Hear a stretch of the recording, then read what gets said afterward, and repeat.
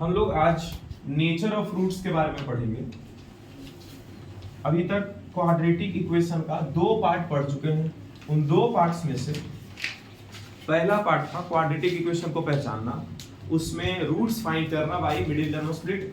दूसरा पार्ट भी roots find करना ही था, लेकिन डिस्क्रिमिनेंट मेथड से फाइंड करना था। उसको कौन सा मेथड बोलते हैं? डिस्क्रिमिनेंट मेथड बोलते हैं। एक पहला मिडिल टर्म स्प्लिट मेथड पढ़े, दूसरा डिस्क्रिमिनेंट मेथड पढ़े।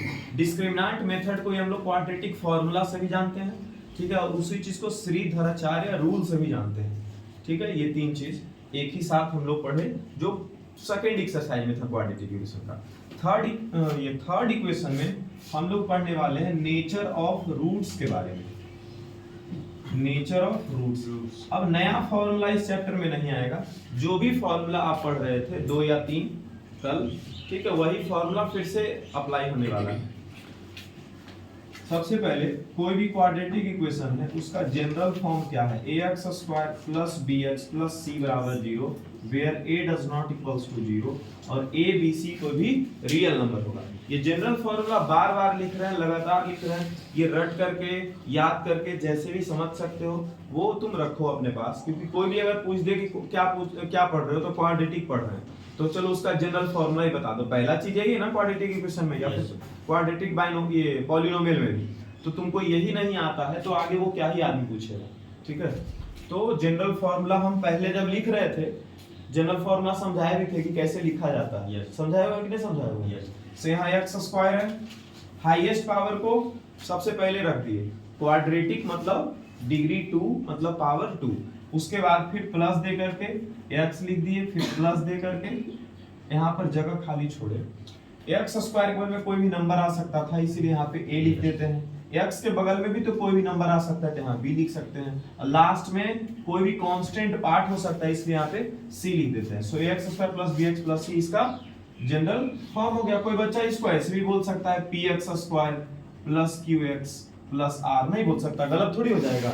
where p q r are any real number and p does not equals to 0, ठीक है। आगे बढ़ते हैं। अब यहां से x का दो वैल्यू निकलता था, -b ± √b² - 4ac और बटा 2a। x का ये दो वैल्यू है, यहाँ पे प्लस माइनस है, मतलब एक बार ध्यान से सुनना, -b + √b² - 4ac/2a, दूसरा बार -b - √b² - 4ac/2a। ये दो वैल्यू है इसमें। इसी को हम अल्फा और बीटा करके अलग अलग लिखते थे, एक बार प्लस बीच में इस्तेमाल होता था, एक बार माइनस बीच में इस्तेमाल होता था। ये जो रूट के अंदर वैल्यू है इसको बोला गया है डिस्क्रिमिनेंट। ये रूट के अंदर जो वैल्यू उसको बोला गया है डिस्क्रिमिनेंट। d = b² - 4ac। और सब खेल यही करवाने वाला है, जो भी खेल करवाएगा, मतलब नेचर कैसा होगा रूट्स का, मतलब रूट्स जो है वो रियल होगा या रूट्स जो है वो इक्वल होगा या फिर रूट्स अनरियल होगा। अनरियल मतलब इमेजिनरी होगा, ये सब यही डी बता देता है। तो अगर जो नेचर के बारे में बात करना है, मतलब डी के बारे में बात करना है, ठीक है, नेचर के बारे में बात अगर करना है तो कहां तुमको सीधा सीधा सोचना पड़ेगा? डी के बारे में, डिस्क्रिमिनेंट के बारे में सोचना पड़ेगा। अब इसका 3 कंडीशन होता है, कंडीशन लिख देते हैं यहाँ पे। पहला condition, roots are real and equal. Roots are real and equal, तो यहां से d = 0 ही क्यों हुआ उसके बारे में भी बात करेंगे। रूट्स जब रियल और इक्वल होता है तो d 0 ही क्यों हो जाता है? यहाँ देखो x का वैल्यू क्या है जी, -b + √b² - 4ac/2a, और फिर से x का वैल्यू यहाँ लिखते हैं -b - √b² - 4ac/2a। अच्छा, रूट्स 0, ये रूट्स जो है वो इक्वल हो जाने का मतलब दोनों का वैल्यू इक्वल हो जाना, और दोनों का वैल्यू इक्वल तब तक नहीं होगा जब तक इसका वैल्यू कुछ ना कुछ निकलते रहेगा। इसका वैल्यू अगर जो 1 भी निकल जाता है, इसका वैल्यू अगर जो 1 भी निकल जाता है तो ये b और 2a वाला वैल्यू तो यहाँ भी है, अब b और 2a वाला वैल्यू यहाँ भी है। चाहे फिर इसको थोड़ा सा और तोड़ के लिख दो, क्या इसको ऐसे लिखा जा सकता है माइनस b बटा 2a अब plus under root b square minus 4ac बटा 2a लिखा जा सकता है। ठीक है, इसको माइनस b बटा 2a और minus under root b square minus 4ac बटा 2a। देखो तो दोनों में कुछ ऐसा वैल्यू जो सेम दिख रहा है, वो कौन सा वैल्यू है? माइनस b बटा 2a। कौन सा वैल्यू है वो? माइनस b बटा 2a। ठीक है, ये जो वैल्यू है b square minus 4ac by 2, इसके पहले प्लस लगा हुआ है और यहाँ इसके पहले माइनस लगा हुआ है। अगर ये और ये दोनों वैल्यू इक्वल हो जाएगा तभी हम लोग बोल पाएंगे कि रूट्स इक्वल है। और दोनों वैल्यू इक्वल कब होगा? जब 0 के बराबर, क्योंकि इसका वैल्यू कुछ भी आ जाएगा तो ये आगे बढ़ा देगा, प्लस मतलब आगे बढ़ा देना, और इसका वैल्यू कुछ भी आ जाएगा तो ये घटा देगा ना, माइनस किया हुआ है तो ये घटा देगा, कुछ भी आ जाएगा 0 के अलावा। इसीलिए इस पूरे वैल्यू को 0 के बराबर होना पड़ता है। कौन सा पूरा value? Under root b square minus 4ac बटा 2a बराबर 0। क्रॉस मल्टीप्लाई से इसको इधर भेज दो तो under root b square minus 4ac बराबर 0। स्क्वायरिंग बोथ साइड कर दो तो b स्क्वायर माइनस 4ac बराबर 0। अब b स्क्वायर माइनस 4ac किसको बोलते हैं? d को बोलते हैं। इसका मतलब d बराबर 0। इसके पीछे कॉन्सेप्ट ये था जो डायरेक्ट हम लोग d बराबर 0 लिखते हैं। ठीक है, यहाँ क्या लिखा गया? d बराबर 0। d बराबर 0 लिखने का और क्या मतलब है कि b स्क्वायर माइनस 4ac बराबर 0। d का वैल्यू क्या है? b square minus 4ac। अच्छा, माइनस 4ac को उधर भेज दें तो क्या हो जाएगा? Plus 4ac। मतलब ये भी तो कंडीशन हो सकता है b स्क्वायर बराबर 4ac हो जाए, b स्क्वायर बराबर 4ac भी हो जाएगा, तब भी हम लोग क्या बोल सकते हैं कि roots are real and equal. और इसके बारे में बात कर लेते हैं। अगर रियल और इक्वल है तो इसका मतलब ये समझा, x का value minus b by 2a यहाँ से भी आ जाएगा और x का value minus b by 2a यहाँ से भी आ जाएगा। तो अगर रियल एंड इक्वल है तो x का दो वैल्यू और दोनों वैल्यू कौन कौन होगा? अल्फा भी और बीटा भी, दोनों किसके बराबर हो जाएगा? माइनस b बाई 2a के बराबर हो जाएगा। ये तीनों चीज समझ पाए हो? क्या क्या लिखे हैं? रूट्स रियल और इक्वल अगर है तो d बराबर 0 होगा। उसका कॉन्सेप्ट समझा दिए हैं, समझने का जरूरत नहीं था, फिर भी कि कहां से वो समझ गए हम लोग, कहां से आ रहा है। d का वैल्यू यहाँ पे लिख दिए b स्क्वायर माइनस 4ac बराबर 0। माइनस 4ac को उधर लेके गए, प्लस 4ac आ गया तो b स्क्वायर बराबर 4ac, ये हो गया। अब अगर दोनों रूट्स इक्वल है तो ये भी तो पूछा जा सकता है कि अगर रूट्स इक्वल है तो कितना है? रूट्स इक्वल है तो कितना है? जैसे कि एक इक्वेशन लिखा गया 3x square minus 5x plus 7, ऐसा करके। हमको नहीं पता इसका रूट्स इक्वल है कि नहीं, लेकिन अगर क्वेश्चन में बोल दिया कि ये एक इक्वेशन है, इसका रूट्स इक्वल है, तो रूट्स क्या होगा? तो एक ही बार में लिख देंगे x बराबर प्लस 5 बटा 3 प्लस 5 बटा 2 गुना 3, क्या हो गया? 5 बटा 6। एक ही झटका हो गया कि नहीं हो गया? यस। निकालना पड़ा हमको? रूट्स निकालना नहीं पड़ा। जैसे यहाँ देखो, इसके बारे में तुमको पता है x square minus 2x plus 4, ये इसके बारे में बता दिया कि रूट्स क्या है इसका? इक्वल है। अगर रूट्स इक्वल है तो रूट्स क्या होगा? ठीक है, तो यहाँ से एक ही झटका में बोल देते हैं x बराबर ये माइनस b बटा 2a, तो माइनस b मतलब 2 और बटा 2a मतलब 2 इंटू 1, 2 बाई 2, x बराबर क्या आ गया? 1। कुछ गलती हुआ तो x बराबर 2 आना चाहिए, माइनस b बटा 2, पता नहीं कैसे गलती हो गई। तो x माइनस 2 का होल स्क्वायर है, मुझे को गलती लिखा हुआ है, x बराबर 2 आना चाहिए ना।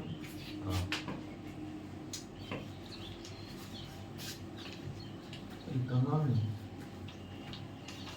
अल्फा बराबर minus b square minus 4ac by 2, पता नहीं क्या हुआ यहाँ। अल्फा और बीटा दोनों का वैल्यू सेम आ जाएगा, minus b by 2a minus b by 2a। इसके बाद फिर सेकेंड नंबर कंडीशन पे चलते हैं। रूट्स रियल तो होगा लेकिन अनइक्वल हो जाएगा। तो रियल मतलब समझ पा रहे हो? रूट्स रियल होने का मतलब होता है या तो रूट्स मतलब x का जो वैल्यू है वो रेशनल होगा या फिर इरेशनल होगा। रेशनल होने का मतलब है कि इंटीजर भी हो सकता है, होल नंबर भी हो सकता है, पॉजिटिव फ्रैक्शन भी हो सकता है, नेगेटिव फ्रैक्शन भी हो सकता है, जीरो भी हो सकता है। रेशनल नंबर का मतलब ये होता है। इरेशनल नंबर यहाँ पर तुमको खाली रूट के अंदर दिखेगा, मतलब कि कोई वैल्यू कुछ ऐसा दिख जाए, √2, √5, √7, ये सब इरेशनल वैल्यूज है। ठीक है, तो रेशनल वैल्यू और इरेशनल वैल्यू पूरा मिला देते हैं तो वही क्या बन जाता है, रियल वैल्यूज बन जाता है। तो इसी को बार बार रियल लिखा जा रहा है। ठीक है, रियल मतलब क्या समझना है, रेशनल एंड इरेशनल। क्यू मतलब रेशनल, क्यू डैश मतलब irrational. Second condition, roots are real and unequal. ठीक है, अब देखो रूट्स को रियल रखने के लिए लेकिन अनइक्वल रखना, अनइक्वल रूट्स को अनइक्वल रखना है, मतलब ये जो रूट के अंदर वाला वैल्यू इसका कुछ ना कुछ मान आता होगा, इसका कुछ ना कुछ वैल्यू आता होगा। तो एक बार प्लस दे करके बढ़ा देगा वैल्यू को और एक बार माइनस दे करके वैल्यू को घटा देगा, तो दो अलग अलग वैल्यू हो पाएगा। अच्छा, तो b² - 4ac जो रूट के अंदर है यही असली काम करने वाला है कि रियल होगा कि अनरियल होगा, रियल होगा कि इमेजिनरी होगा। रूट के अंदर अगर पॉजिटिव वैल्यू आता है, रूट के अंदर अगर पॉजिटिव वैल्यू आता है तो हम लोग रूट से बाहर निकालने के लिए जानते हैं। रूट के अंदर अगर 2 है, रूट के अंदर अगर जो 5 है, तो इसका हम लोग वैल्यू ऐसे 5 ऐसे करके जो रूट निकालते थे वैल्यू, वो उससे करके हम लोग निकाल लेते हैं। क्या रूट के अंदर -5 रहेगा, हम लोग को आता है ये निकालने के लिए? नहीं आता है। और एक चीज, जब भी रूट के अंदर कोई वैल्यू निगेटिव जाता है तो इस तरह के वैल्यू को, इस तरह के वैल्यू को नॉन रियल वैल्यूज बोला जाता है। कैसा वैल्यू बोला जाता है? नॉन रियल वैल्यूज बोला जाता है। इसी चीज को बोलते हैं इमेजिनरी नंबर। इसी चीज को कैसा नंबर बोलते हैं? Imaginary number. ये 11th क्लास में जाकर के पढ़ोगे कि रूट के अंदर अगर जो कुछ माइनस लगा हुआ है तो इसको हम लोग ऐसे रूट हटाएंगे तो 5i लिख देते हैं। i means iota. ठीक है, तुम लोग यहाँ पर इमेजिनरी नंबर सोच लोगे, i मतलब क्या होता है? आयोटा। तो ये सब आगे के क्लासेस में पढ़ना है।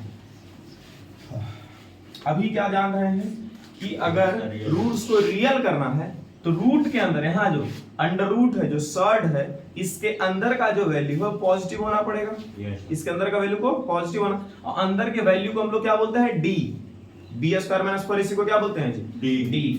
इसका मतलब d ग्रेटर देन 0, ये तुम्हारा आ जाएगा कंडीशन। इसका मतलब है b² - 4ac ग्रेटर देन 0, ये आया कंडीशन। और अगर हमसे पूछ दे कि रूट्स भी निकाल करके दे दो, तो रूट्स निकालने के लिए हमारे पास तो फॉर्मूला है ही, x बराबर -b plus minus √ b² - 4ac/2 है। ये चीज तीसरा नंबर कंडीशन,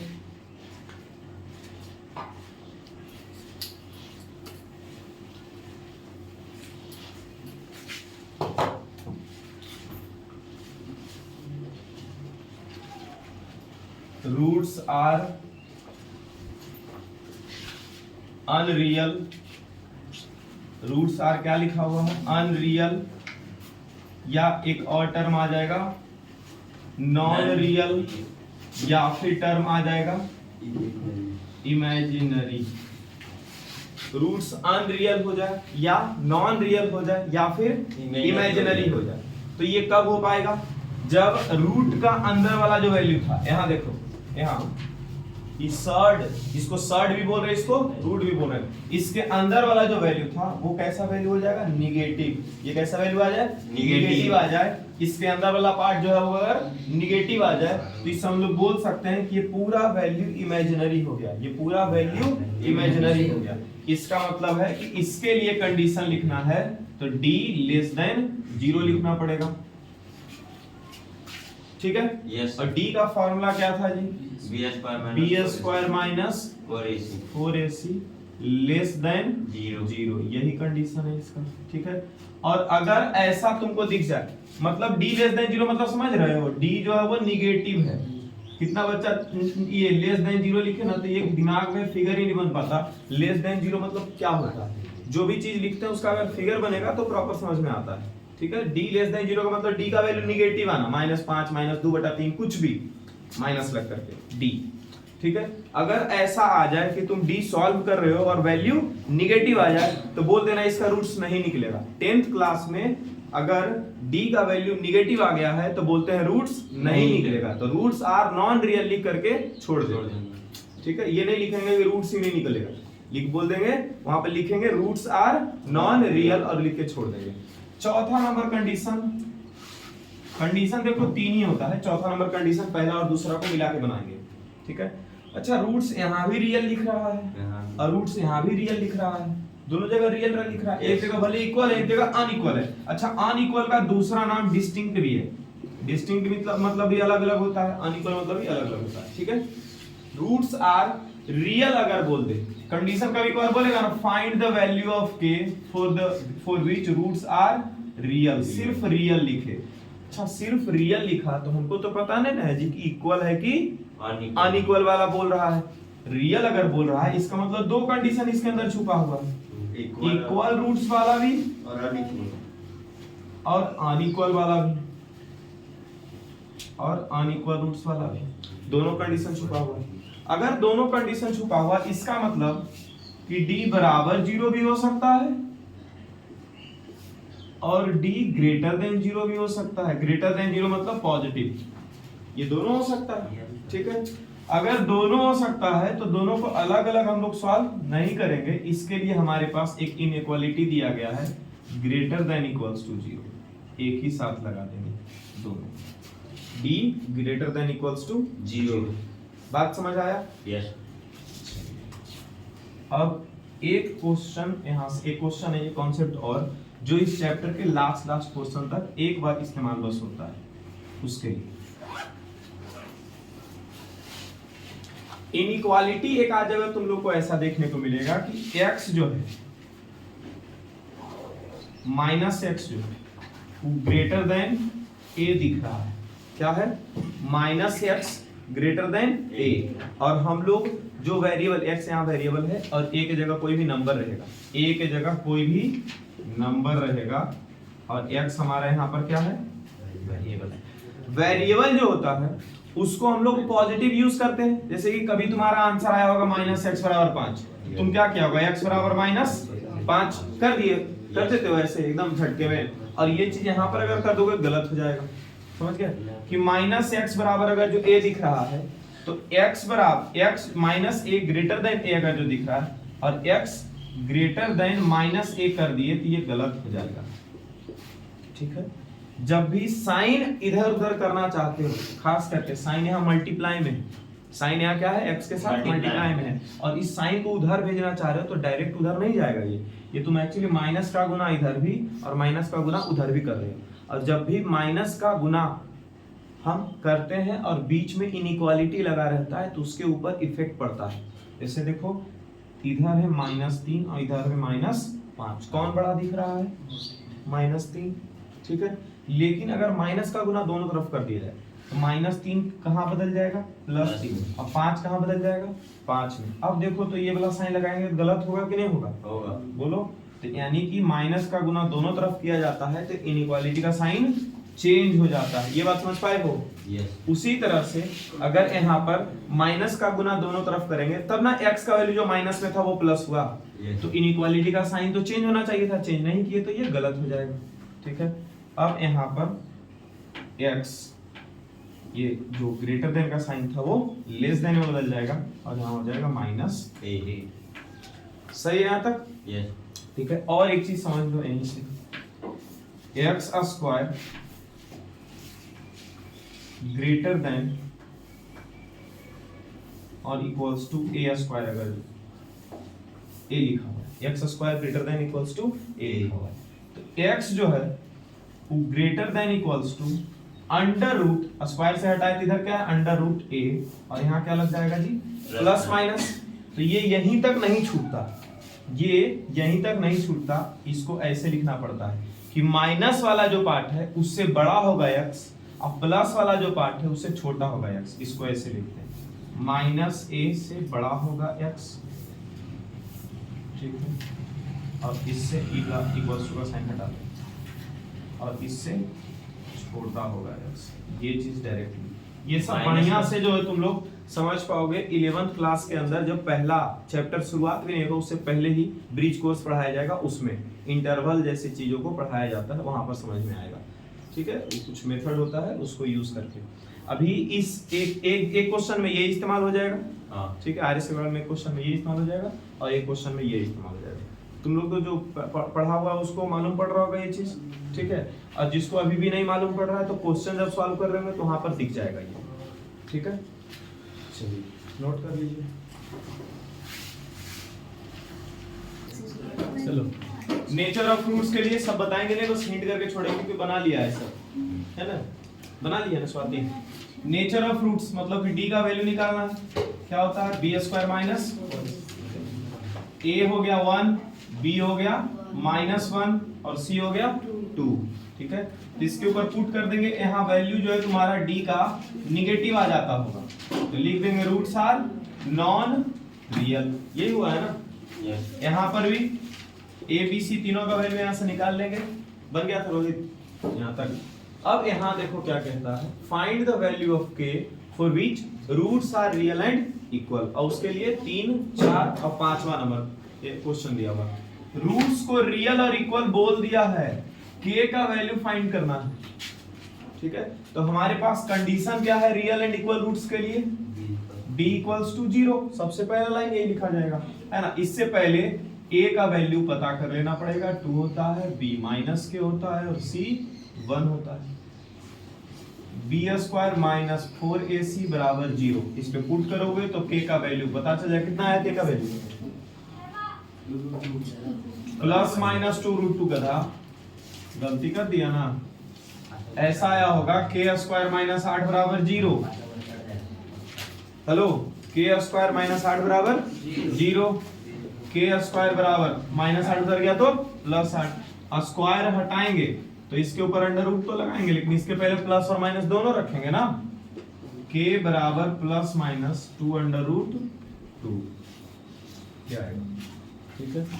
आते हैं 4 नंबर पे, a का वैल्यू बताओ कितना है 1, b का वैल्यू क्या है -2 × 1 + 3k। इधर देखो a का वैल्यू 1 हुआ रामकरण, अब b का वैल्यू -2 × 1 + 3k, ये x छोड़ देना है ना, और बाकी जो वैल्यू बचा वो b हो गया। c कितना वैल्यू है, c = 7 × 3 + 2k। डन है क्या यहाँ तक? यस। अब d बराबर फिर से क्या कर देना है 0, b स्क्वायर माइनस 4ac बराबर 0, b मतलब -2 × 1 + 3k। अब b का स्क्वायर करना है कि पूरा ब्रैकेट को घेर के और स्क्वायर करना पड़ेगा। सिखाएं ऐसा कभी, कल या परसों बता रहे थे। -4 × a का वैल्यू हो गया 1 और c का वैल्यू पूरा 7 × 3 + 2k और उसके बाद = और 0। अनुश्री ठीक है। -2 का स्क्वायर क्या हो जाएगा 4, अब बचा 1 + 3k का स्क्वायर, -4 × 7 हो जाएगा 28, 3 + 2k बराबर 4 गुना 1 + 3k का स्क्वायर करो तो 1 का स्क्वायर 1, 3k का स्क्वायर 9k स्क्वायर हो जाएगा। यहाँ देखो 1 का स्क्वायर प्लस 3k का स्क्वायर प्लस 2 × a मतलब 1 और × b मतलब 3k। ये आपकी है Swati, a square plus b square plus 2ab, ठीक है, प्लस 3 × 2 6k माइनस 28 दिया 84 माइनस 28 दूनी 56k बराबर 0। 4 एकम 4, 9 चौके 36 k स्क्वायर, 6 चौके 24 k माइनस 84 माइनस 56k बराबर 0। क्या इसके बाद भी सॉल्व नहीं हुआ था? इसके बाद ही नहीं हुआ ना, इसके बाद हुआ अच्छा 36k स्क्वायर 24 और वहां है 56 माइनस कितना हो जाएगा 32k और यहाँ +4 है और वहाँ -84 तो माइनस हो गया 80 बराबर 0। शायद 4 से सब डिवाइड हो रहा है। 9 चौके 36, 8 चौके 32, 20 चौके 80 बराबर 0। अब यहाँ से मिडिल टर्म स्प्लिट सोच रहे हो, 20 × 9 180, 18 और 10 20 × 9 180 18 और 10 को गुना करेंगे तो 180 आ जाएगा, और 18 और 10 को घटाएंगे तो 8 आ जाएगा।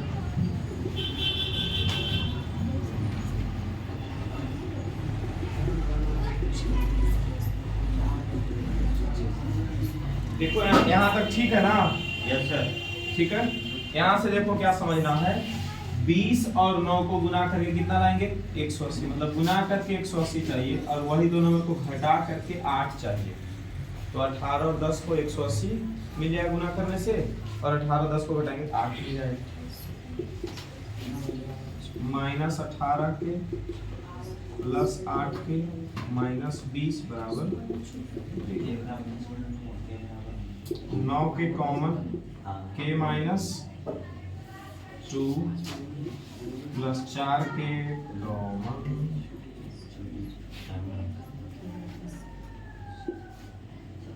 8 के साथ गलत आ रहा है। क्या आ गया सर आंसर?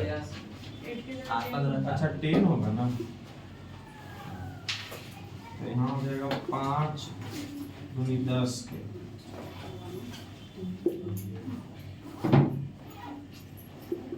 माइनस 2